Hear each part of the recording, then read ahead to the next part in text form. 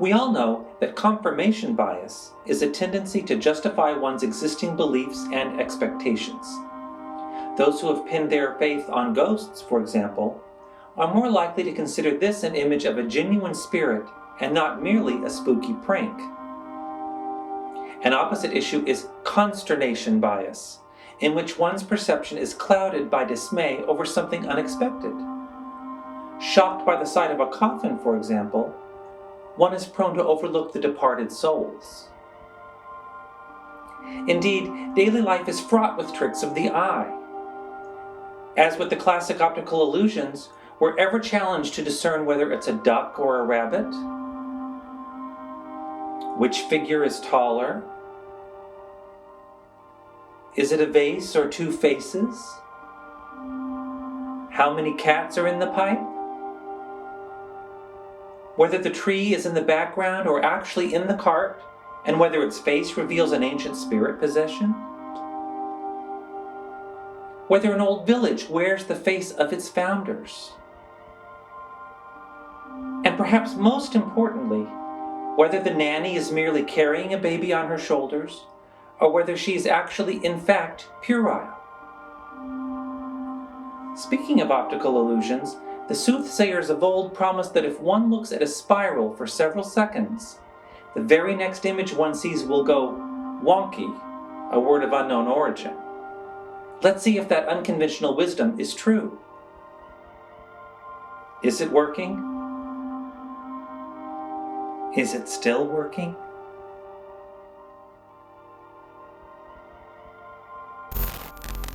How many times have you been troubled by a situation, only to be told you should rise above it?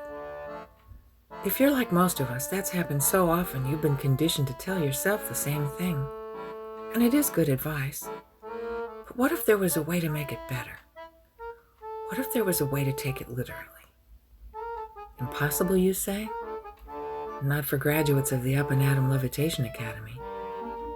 The Up and Atom Levitation Academy is the only accredited educational establishment entirely devoted to teaching transfection in the paranormal context.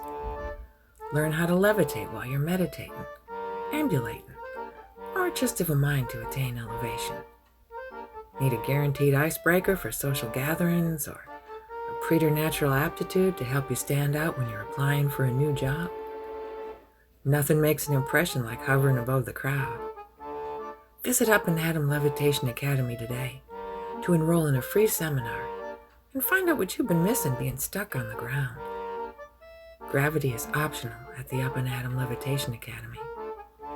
Mention Professor Oddfellow's Penetralia when you enroll in a seminar to receive a complimentary I Got High at the Up and Atom Levitation Academy t-shirt while supplies last.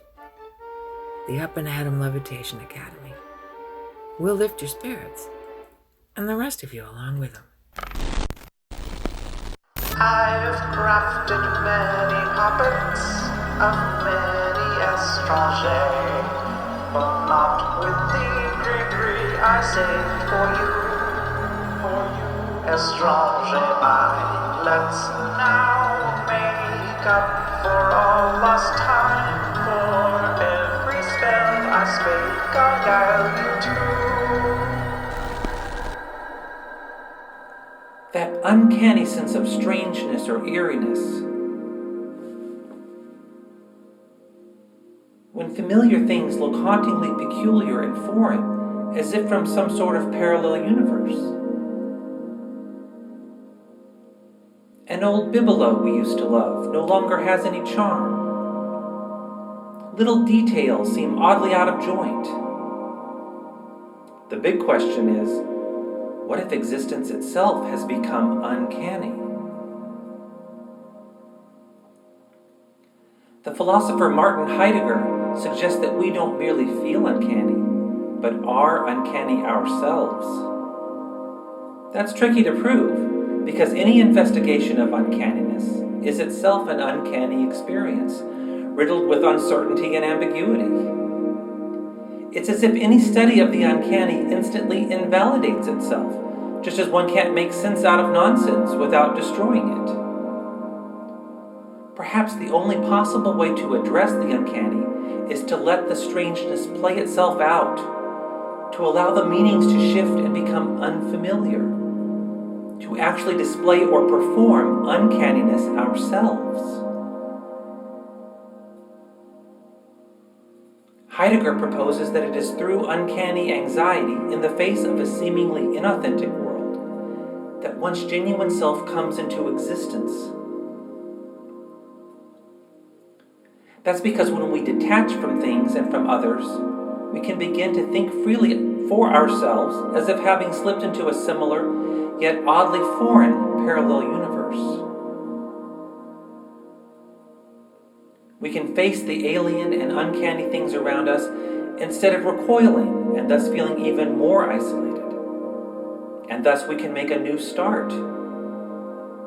Our old roles, routines, and masks fell away with the apocalypse we fled.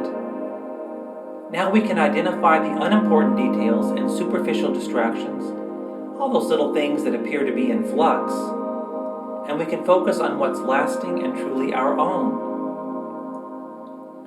Forget the old motto, be the change you wish to see.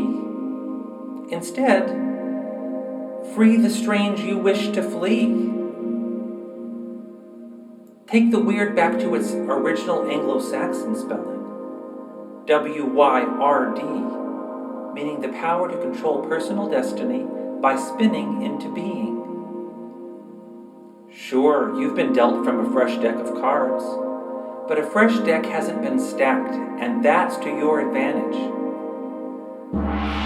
Oh, there's the dinner gong. See you next time on Professor Oddfellow's Spinoff.